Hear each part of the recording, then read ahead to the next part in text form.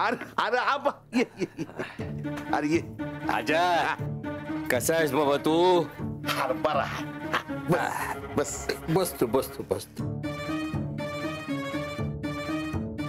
अरे रंगाने खाली काय बसतोय खूप लगे की हात राहिला. राहू दे की आम्ही का पाहू नाही वय समधी जण आठवण काढत होती तुझी.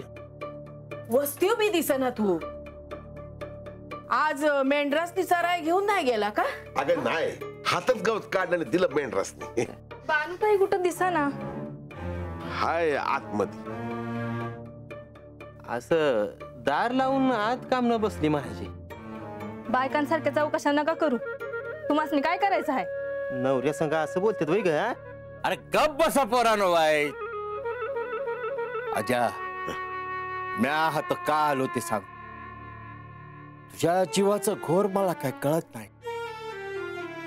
अरे म्हातारा तुझ्यासाठी काय करणार म्हणून व्हाईस तुला 4 गोष्टी सांगाव्या. तुझ्याशी बोलावं म्हणून आलो मी. अरे आबा लगीन झालेली लेक माहेरी येऊन राहते आहे. बोर काय होणार काय बी ठाव नाही. बानूला इच्छा नव्हती ती काय बोलत नाही.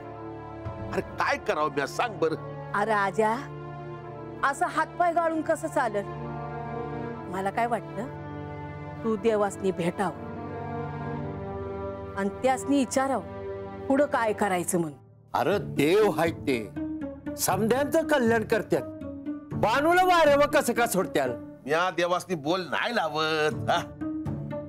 अरे पण कधी कल्याण होणार तिचं आणि किती वाट बघायची. दर पाणी पी. काळजी कर नगस. गाठुडी बांधू काठीला आणि जाऊन येऊ जेजुरीला. या नाही जाणार तर. अरे पर का मला नाही जावं असं वाटत. मग तिडा सुटायचा कसा आता? अरे आजा म्हाळसा देवी तिकडं सुखानं संसार करणार आणि देव येत्याल म्हणून तू वाट बघत बसणार. अरे बाबा हे दिस कसं सरतील कळणार बी नाही. खरंच आहे येळी नग घालूस. अरे आबा अरे बानूसनी नाही आवडायचं. तिला काय जे करायचं ते तिनं केलं नव. तिनं विचारलं का तुला? मग तू काय एवढा विचार करतो आहेस? नारायण नारायण. मुनिवर देवेंद्रांचा उल्लेख आख्यानात तर झाला खरा पण या कारणासाठी तुम्ही देवेंद्रांकडे गेला होता असं मला वाटत नाही. कारण ही काही विशेष घटना नाही. देवी आपला संदेह अगदी योग्य आहे परंतु आख्यानात काय काय घडले हे मला सांगणे आवश्यक आहे.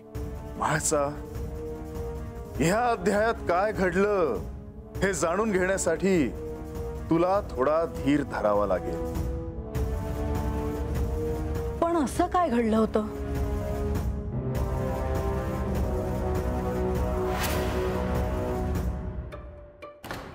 मुनिवर. होय देवा. नारायण नारायण. साऱ्या देवसेनेला आता चिंता होती की ही सारी अकराळ विक्राळ दैत्य सेना आता देवसेनेवर तुटून पडते की काय. देवेंद्रांना भय होते सर्व देवांना भय होते की आता पुन्हा मणी आणि मल्ल यांचे स्वामित्व स्वीकारावे लागते की काय. आणि बाहेर एक मोठी गर्जना झाली. त्याने सर्व देव हादरून गेले. ती मल्लासुराच्या आगमनाची गर्जना होती. मल्ल आपल्या भावासह आपल्या पुत्रांसह युद्धभूमीवर आला होता. आपला राजा युद्धासाठी सज्ज झाला आहे हे पाहून सर्व दैत्यांच्या अंगात एक नवे स्फुरण चढले होते. त्यांच्या जयघोषात सर्व दैत्य सेना अकंठ बुडाली होती आणि या गर्जनेने सर्व देव आपल्या शिबिराबाहेर आले.